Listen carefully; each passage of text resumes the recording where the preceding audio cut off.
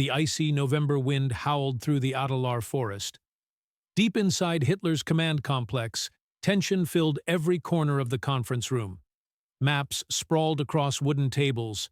Fuel consumption charts lay scattered between supply manifests and operational documents. General Lieutenant Alfred Topper sat motionless. His weathered hands rested on the polished table surface. The quartermaster of Army Group B had just absorbed the briefing. Operation Watch on Rhine. Hitler's final gamble through the Ardennes. The audacity took his breath away. Smash through American defenses, cross the Meuse River in force, capture Antwerp's vital port facilities, split the Allied armies down the middle. On paper, brilliant strategy emerged from desperate circumstances. In reality, Topper's trained mind saw mathematical impossibility staring back at him. This wasn't about combat tactics or soldier morale. This was pure logistics, cold numbers that never lied, brutal arithmetic that decided modern mechanized warfare's outcome every single time. 20 years managing Wehrmacht supply chains had taught him harsh lessons. Transportation networks operated within fixed parameters. Fuel consumption followed predictable patterns. Material requirements couldn't be wished away through willpower alone. He stared at the operational overview spread before him. 3 entire German armies would spearhead this winter offensive. Elite panzer divisions led the assault formation. Over 100 miles of difficult terrain awaited them. Winter conditions would multiply every challenge. The Tiger II tanks consumed fuel like hungry monsters. Under perfect conditions, each beast burned 2.5 gallons per mile traveled. Through rough Ardennes terrain, that figure would double easily, maybe triple when fighting uphill through mud and snow. Topper reached for his calculator with trembling fingers. The force composition numbers were staggering. 200,000 German soldiers, nearly 1,000 tanks and assault guns, thousands more trucks hauling supplies and ammunition. Each vehicle type had known consumption rates. The distance to Antwerp was fixed geography. The mathematics were straightforward. The answer came back identical every time he ran calculations. 5 million gallons minimum to reach their objectives. Current fuel reserves for the Western Front totaled 1.5 million gallons. They possessed enough fuel for roughly 1/3 of the planned advance, maybe 40 miles if weather cooperated perfectly. He double-checked every figure, recalculated consumption rates against terrain factors, applied conservative estimates throughout his analysis. Same result every single time. The offensive was mathematically impossible without capturing massive American fuel supplies en route. He looked around the room at other officers' faces. Their enthusiasm burned bright with desperate hope. Someone had to speak the truth about fuel realities. The words came carefully measured. "Gentlemen, we need to discuss our fuel situation before proceeding further with operational planning." What followed would haunt Topper's dreams for decades afterward. Senior logistics officers filled chairs around the table. Representatives from Wehrmacht High Command brought authority and impatience. Field commanders who would lead units into battle sat listening intently. Topper presented his mathematical analysis methodically. Fuel consumption rates for different vehicle types, available reserve calculations across all depots, projected requirements based on operational distances and terrain conditions. His stark conclusion cut through optimistic assumptions like a blade through paper. Based on current fuel stocks, this offensive will stall approximately 60 kilometers from our start positions. Without capturing significant American fuel depots within 48 hours, the entire advance will collapse completely. Silence stretched across the room like a physical weight. Finally, a Wehrmacht High Command staff officer broke the tension with sharp words. "Your analysis assumes we won't capture any American supplies whatsoever. This operational plan specifically accounts for that factor.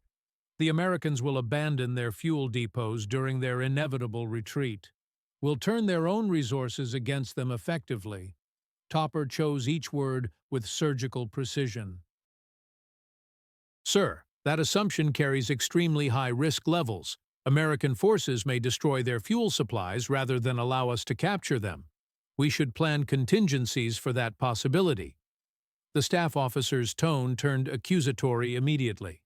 Are you suggesting American soldiers possess greater dedication than we previously believed them capable of demonstrating?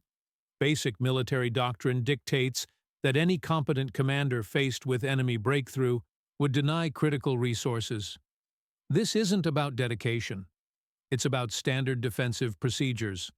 A panzer commander joined the argument with confident assertions. General Lieutenant Topper, your fuel calculations appear overly conservative throughout. My Tiger II tanks can achieve better efficiency than your projected numbers suggest. We've fought American forces before. They panic under sustained pressure. They'll abandon supply dumps and flee in disorder. Topper wanted to argue, but recognized the dangerous pattern emerging. Any analysis suggesting German superiority might prove insufficient was automatically dismissed as defeatist thinking. Ideological conviction infected strategic planning at every command level. He attempted a different approach carefully. Even assuming we capture some American fuel supplies, the required quantities remain massive beyond comprehension. We're discussing millions of gallons needed. The logistics of transporting captured fuel forward under Allied air attack during winter conditions. His voice trailed off as hostile expressions surrounded him. The senior Wehrmacht High Command representative stood abruptly. General Lieutenant Topper, your concerns have been duly noted for the record. However, the Führer has personally approved this operational plan. Our role is not questioning his strategic vision. Our role involves executing it as effectively as humanly possible. I'm not questioning strategic vision, sir. Topper fought to keep his voice completely level. I'm presenting logistical realities that cannot be ignored. Mathematics doesn't care about strategic intentions. We either possess adequate fuel or we don't. Then your job becomes finding the necessary fuel, General Lieutenant. Make it work through whatever means required. Sir, I cannot create fuel from thin air. The numbers are absolute facts. Are you refusing to follow a direct order? The trap closed around him with iron certainty. Continue arguing meant clear insubordination. Back down meant sending thousands into an operation he knew would fail catastrophically. His choice came without hesitation. No, sir. I'm stating mathematical facts that cannot be changed through orders. We have fuel for 1/3 of the planned advance. The remainder must come from captured supplies. If Americans deny us those supplies, this offensive will fail inevitably. That's not defeatism. That's arithmetic. Chaos erupted instantly. Multiple officers began shouting simultaneously. Topper faced accusations of spreading dangerous pessimism, of lacking faith in German soldier capabilities, of being influenced by enemy propaganda. His professional competence came under attack. His loyalty was questioned openly. The meeting concluded with crystal-clear messaging. The offensive would proceed exactly as planned. Logistics officers were expected to make everything work somehow. Anyone continuing to raise objections would be removed from their positions immediately. Topper left that conference room knowing his career was finished. More importantly, he knew thousands of German soldiers would soon march into battle in an operation doomed from mathematical certainty. The weeks before the offensive became studies in desperation and creative accounting. Topper and his staff worked frantically, gathering every available drop of fuel. They stripped resources from across the entire Western Front systematically. Vehicles throughout rear areas were siphoned empty. Training units lost their fuel allocations completely. Luftwaffe reserves desperately needed for jet fighter operations were partially diverted. Every hospital, supply depot, and rear area unit surrendered anything movable to the front lines. Major Franz Weber approached him one December evening, carrying grim assessment figures. We've collected everything possible, sir. Total usable reserves now stand at 1.7 million gallons. It remains insufficient for operational requirements. I know that already. Topper's voice carried quiet resignation. Should we request additional time? Perhaps waiting another month would allow production increases. There is no additional production, Topper interrupted sharply. Synthetic fuel plants have been bombed into complete rubble. Romanian oil fields are in Soviet hands now. This is everything we have. This is everything we'll ever have available. Weber remained silent for several moments before speaking again. Then why are we proceeding with this operation? The question Topper had asked himself repeatedly. Because we've received direct orders. Because the alternative means admitting the war is already lost. Because... He paused thoughtfully. Because Hitler believes willpower can overcome material reality, and nobody possesses the courage to tell him he's completely wrong. Planning documents from higher command read like fantasy literature. They identified multiple American fuel depots along the projected route of advance. Assumptions stated that Kampfgruppe Peiper, the spearhead unit, would capture at least one major depot within 24 hours of attack commencement. Topper had obtained intelligence reports on American logistics throughout the region. These documents described the Red Ball Express truck convoy system delivering hundreds of thousands of gallons daily. Operation Pluto pipelines under the English Channel pumped fuel directly to continental Europe. Fuel reserves were measured in millions of gallons consistently. He tried including this information in briefings repeatedly. It was dismissed immediately every time. American propaganda, he was told. Exaggerated numbers designed to discourage German forces. But Topper knew these weren't propaganda figures. He'd examined captured American supply manifests personally. He'd interrogated American prisoners extensively. The scale of Allied logistics was staggering beyond German comprehension. While German quartermasters agonized over every precious liter, American commanders planned operations assuming unlimited fuel availability. One document haunted his thoughts particularly. An American supply manifest showing gasoline refined in Texas facilities, shipped across the Atlantic Ocean, and delivered to forward depots in France within 6 weeks total time. The logistical sophistication required for such operations exceeded anything Germany could achieve during peacetime, much less while being bombed continuously around the clock. He'd shown this document to several senior officers. Their response was consistent throughout. This proves Americans are wasteful and inefficient. They transport fuel across an entire ocean when they could produce it locally. We'll exploit their inefficiency against them. Topper had abandoned trying to explain that transporting millions of gallons across oceans wasn't weakness. It was demonstration of overwhelming industrial and logistical superiority that Germany couldn't begin to match. December 16, 1944 arrived with thunderous violence. At 5:30 a.m., over 1,600 German artillery pieces opened fire simultaneously. The Ardennes erupted in coordinated destruction designed to shatter American defensive lines completely. Topper stood in a command post several miles behind the front lines. Radio reports flowed in constantly. Fuel consumption data updated by the hour. Distance advanced was measured against time elapsed systematically. Initial reports carried euphoric optimism. Total surprise had been achieved perfectly. American lines were breaking under sustained pressure. Panzers poured through gaps in increasing numbers. The operational plan appeared to be working exactly as designed. But Topper was watching different numbers entirely. Fuel consumption rates exceeded projections consistently. Distance advanced lagged behind schedule significantly. Time elapsed was burning through reserves faster than anticipated. What he witnessed confirmed his worst fears completely. Progress through Ardennes terrain was slower than planned significantly. Roads were terrible. Narrow forest tracks turned to mud by rain and snow.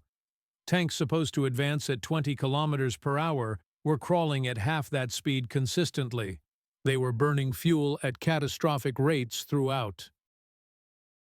By the first day's end, Kampfgruppe Peiper had advanced approximately 25 kilometers.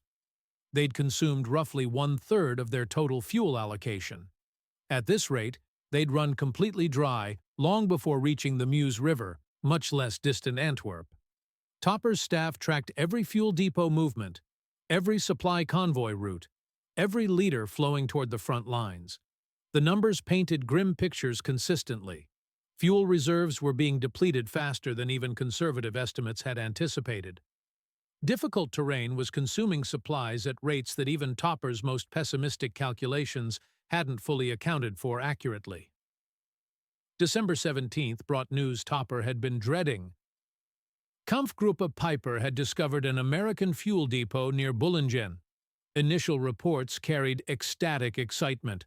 50,000 gallons of high-octane gasoline captured intact. Topper performed quick calculations immediately. That quantity would refuel Peiper's battle group and continue their advance for perhaps one additional day. It was significant tactically, but wasn't nearly enough to change fundamental mathematical equations.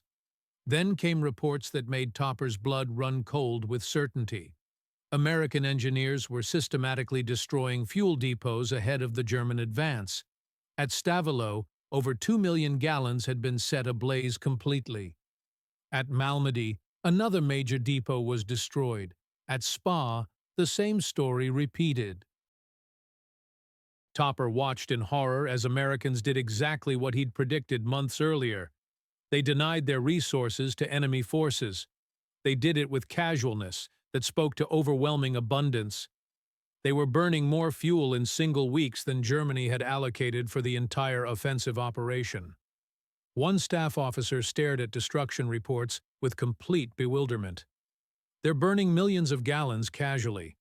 Don't they need those supplies desperately? Apparently not, Topper replied quietly. Their supply chain is already replacing everything they're destroying. On December 17th, they destroyed 2.2 million gallons. On December 18th, they received 1.8 million gallons in resupply shipments. They're burning our entire fuel reserves just to deny them to us, and it barely impacts their operational capabilities.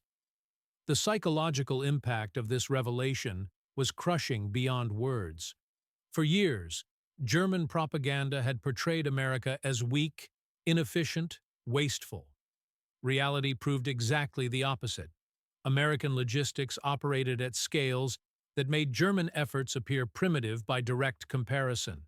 By December 22nd, the offensive had ground to complete halt, not because of superior American tactics, though American resistance had been fierce throughout, not because of air power, though clearing skies had brought devastating Allied air attacks.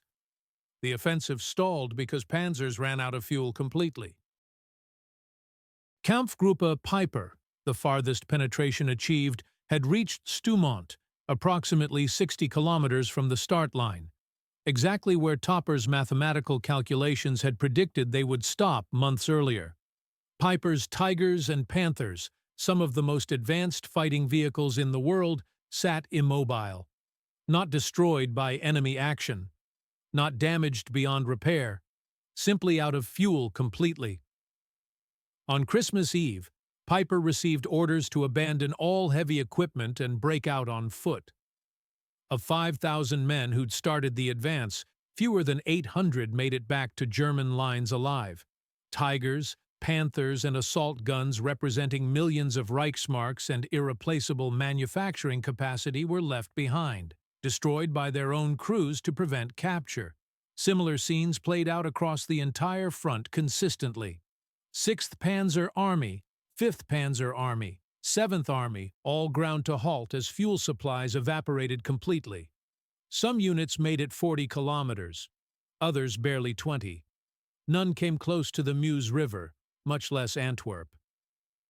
Topper sat in his command post on Christmas Day, reading fuel status reports from across the front. Every panzer division reported critical shortages. Tanks were being abandoned systematically. Troops were retreating on foot through snow and mud. The Great Offensive, Germany's last hope, had collapsed into complete chaos. His deputy approached carrying final accounting figures. "The numbers are conclusive, sir." Total fuel expended approximately 1.9 million gallons. Distance achieved maximum 60 kilometers. Fuel captured from Americans approximately 50,000 gallons. Fuel denied to us by American demolitions over 8 million gallons. Topper stared at those numbers in silence. They confirmed everything he'd predicted in November. The offensive had failed for exactly the reasons he'd outlined months earlier. Insufficient fuel reserves, over-reliance on capturing American supplies, American ability to deny those supplies through systematic destruction. "We were correct," Weber said quietly. "Everything you calculated, everything you warned about, it all came true exactly as predicted." "Yes," Topper replied, "but being correct doesn't help those soldiers, doesn't bring back the men who died, doesn't recover the equipment we lost forever. We were right, and thousands paid the price for being ignored completely." After the battle's conclusion, Topper was summoned to debriefing sessions at Wehrmacht High Command headquarters. He expected to be scapegoated systematically, blamed for the offensive's failure. Instead, he found himself facing officers who looked defeated and exhausted beyond recovery. The same Wehrmacht High Command staff officer who'd dismissed his concerns in November spoke first. "General Lieutenant Topper, your post-operation analysis, please." Topper presented numbers dispassionately. Fuel allocated versus fuel consumed. Distances achieved against objectives planned. Supplies captured versus supplies denied. The conclusion was inescapable mathematically. The offensive had failed due to inadequate fuel reserves and over-optimistic assumptions about capturing American supplies. Your November analysis projected the offensive would stall at approximately 60 kilometers, another officer observed. The actual result was 65 kilometers maximum penetration. Your calculations were remarkably accurate throughout. There was no satisfaction in hearing this confirmation. Topper had been proven right, but being right meant watching hundreds of his countrymen die in operations he'd known were doomed from the start. "Why didn't we listen to your warnings?" the officer asked. For the first time, genuine curiosity replaced hostility in his voice. Topper considered his answer carefully. "Because accepting my analysis would have meant canceling the offensive entirely. Canceling the offensive would have meant admitting Germany's strategic position was hopeless completely. It was easier to believe my numbers were wrong than to accept that mathematical reality. And the Americans, their logistics capabilities, we fundamentally misunderstood them entirely." Topper continued. "We assumed American industrial capacity was propaganda exaggeration. It wasn't. We assumed their supply chains were inefficient. They weren't. We assumed they'd abandon fuel depots under pressure. They didn't. Every assumption we made about American logistics was completely wrong." He pulled out a captured American document carefully. "This is a shipping manifest for fuel supplies. Refined in Texas facilities, shipped across the Atlantic Ocean, distributed through pipeline systems we still don't fully understand, delivered to forward depots within weeks. The Americans built logistics systems that operate at scales we cannot comprehend." "The fuel numbers you mentioned in November," another officer interjected. "American production versus German production. You said they produced 50 times more oil than we did. We thought you were exaggerating those figures." "I wasn't exaggerating anything," Topper said flatly. "In 1944, the United States produced approximately 1.8 billion barrels of oil. Germany produced about 33 million barrels. That's a ratio of roughly 55 to 1. One American oil field in East Texas produces more crude than all of German-controlled Europe combined." The room fell silent completely. The magnitude of disparity was overwhelming. "How do you fight an enemy like that?" someone asked quietly. "You don't," Topper replied immediately. "Not in a war of attrition. Not in mechanized war where fuel is everything. We've been trying to fight an industrial war with inadequate industrial capacity. The arithmetic has always been against us from the beginning." One senior officer, an old-line Wehrmacht general who'd fought in World War I, spoke up. Why didn't anyone tell us this? Why weren't we given accurate assessments? Topper looked him directly in the eye. Many people tried, sir. Admiral Canaris warned about American industrial capacity before Pearl Harbor. Albert Speer's ministry provided production comparisons. Frontline logistics officers like myself have been screaming about fuel shortages for 2 years consistently. But every time someone presented analysis that contradicted the official narrative of German superiority, they were dismissed as defeatist or removed from their positions entirely. Are you saying leadership lied to us? The general asked. I'm saying leadership believed what they wanted to believe. Facts that contradicted ideology were rejected systematically. Intelligence that suggested we might lose was suppressed. Now we have the Battle of the Bulge, as proof of what happens when wishful thinking replaces realistic planning completely. In the weeks after the Ardennes offensive, as Germany's position continued deteriorating rapidly, Topper found himself in conversations with other officers who'd tried injecting reality into strategic planning. He learned he wasn't alone in his struggles. An intelligence officer told him about reports warning that Americans had broken German codes. The reports had been dismissed because accepting them would mean changing communication procedures, and admitting German cryptography was compromised. A Luftwaffe liaison described warnings about American fighter superiority, particularly the P-47 Thunderbolt. The warnings had come from Adolf Galland himself, one of Germany's most experienced fighter commanders. He'd been called a defeatist for his honesty.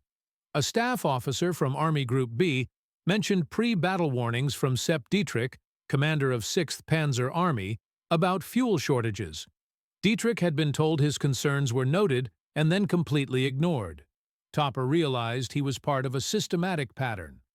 Across the German military, competent professionals had provided accurate assessments of Germany's strategic position.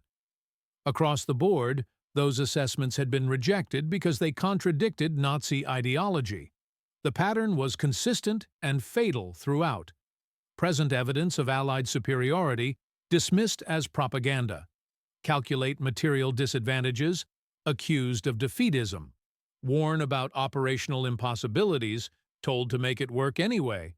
Predict failure based on mathematics, overruled by faith in German willpower.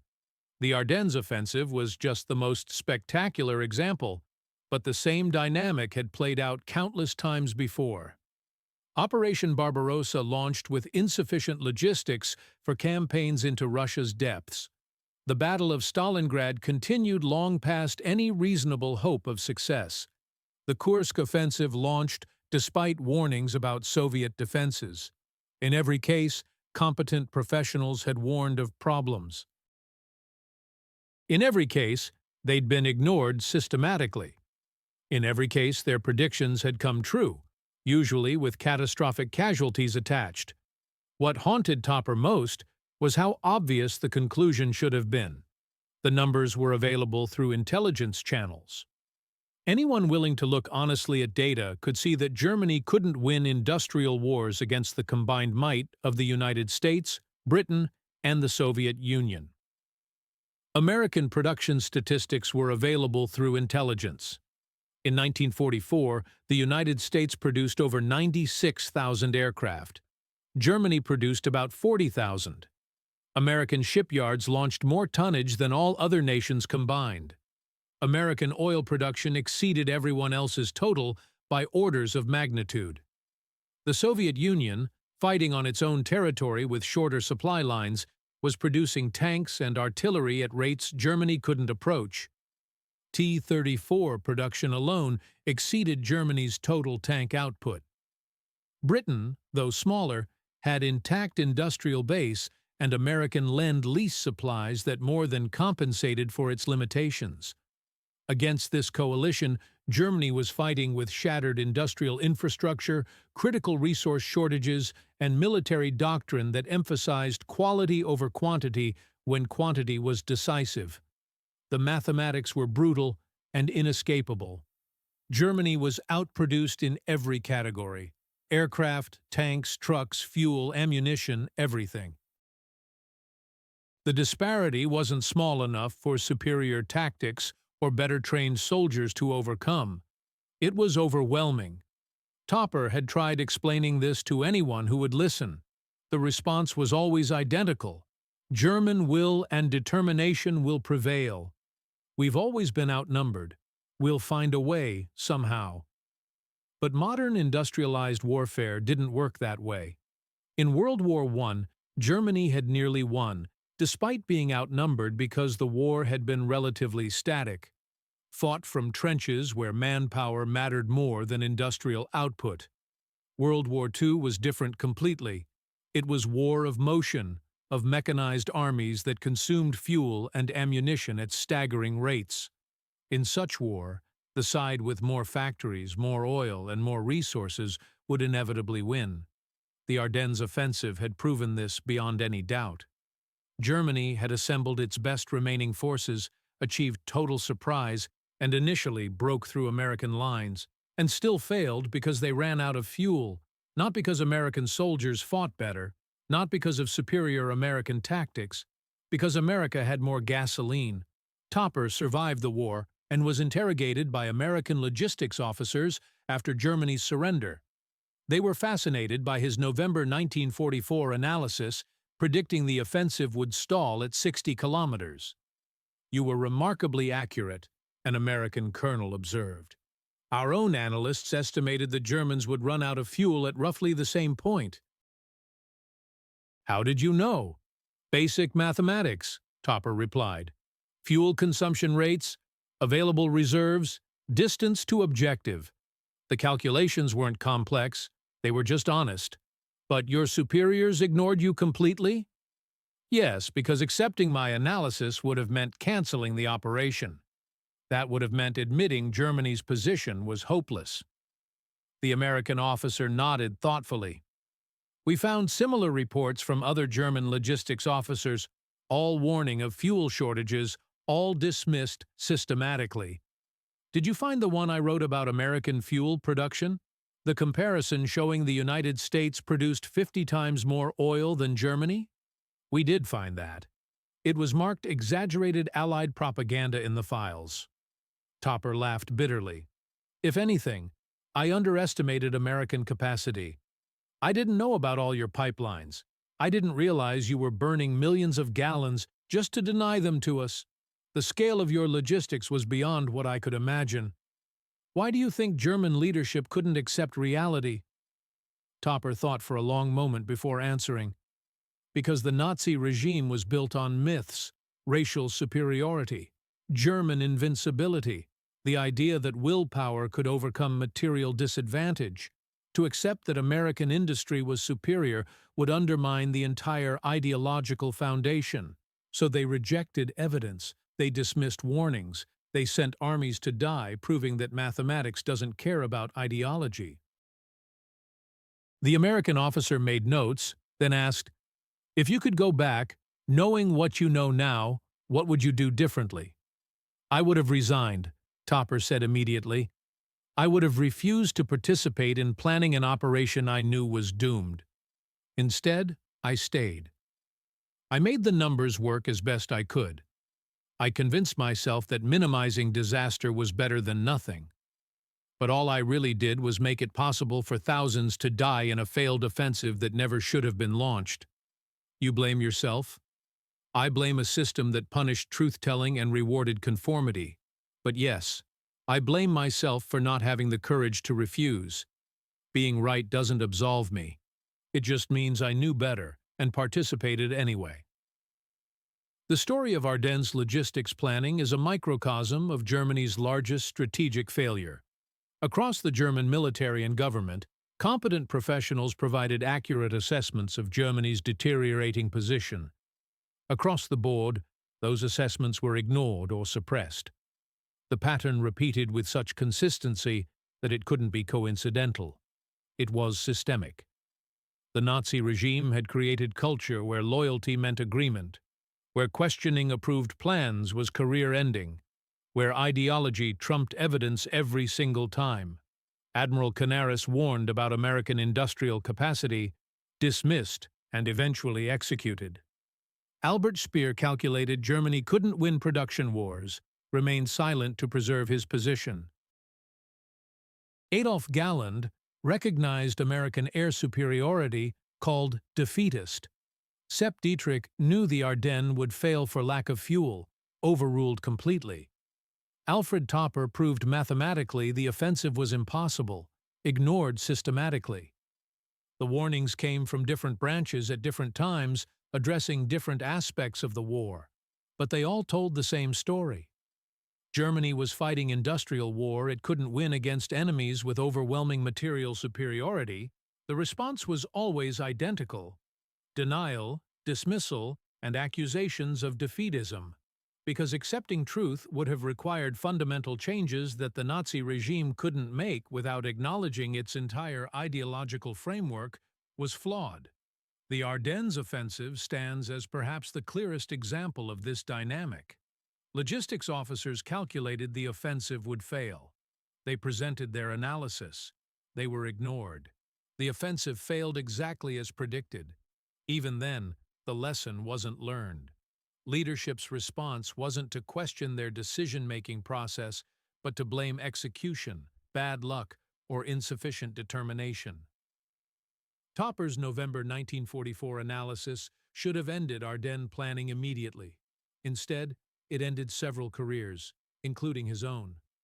The offensive launched anyway. Thousands died. Germany's last mobile reserves were destroyed. All of it was predictable, predicted, and preventable. The tragedy isn't that Germany lost the Battle of the Bulge. By December 1944, Germany's defeat was inevitable. The tragedy is that competent professionals saw the disaster coming, tried to prevent it, and were silenced for their efforts. They were vindicated by events, but by then it was far too late. The lesson extends beyond World War II.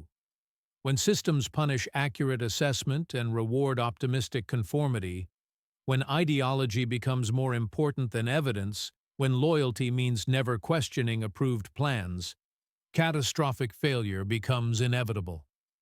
The mathematics of reality don't negotiate. The price of ignoring them is always paid in blood.